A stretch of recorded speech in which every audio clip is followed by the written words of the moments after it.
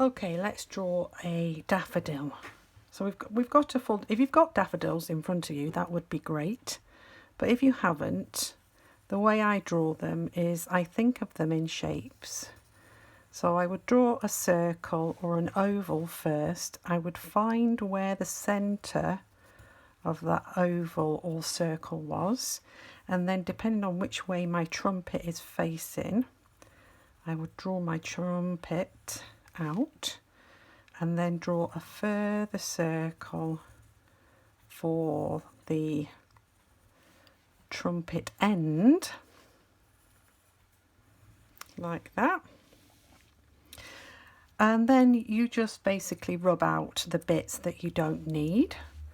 But before you do that, if you can put some guidelines of where the petals might fall, and do them in curved lines like this, because mainly petals on daffodils will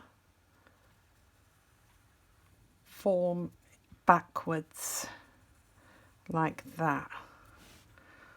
So that you're using the line as a center point to draw your petals around like this,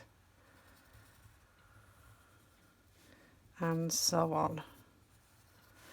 Okay, you may have some short petals and some long petals, and then if you think there's a straight line going through the center of this and then it's coming in a curve and out of the back, that is where your stem would be.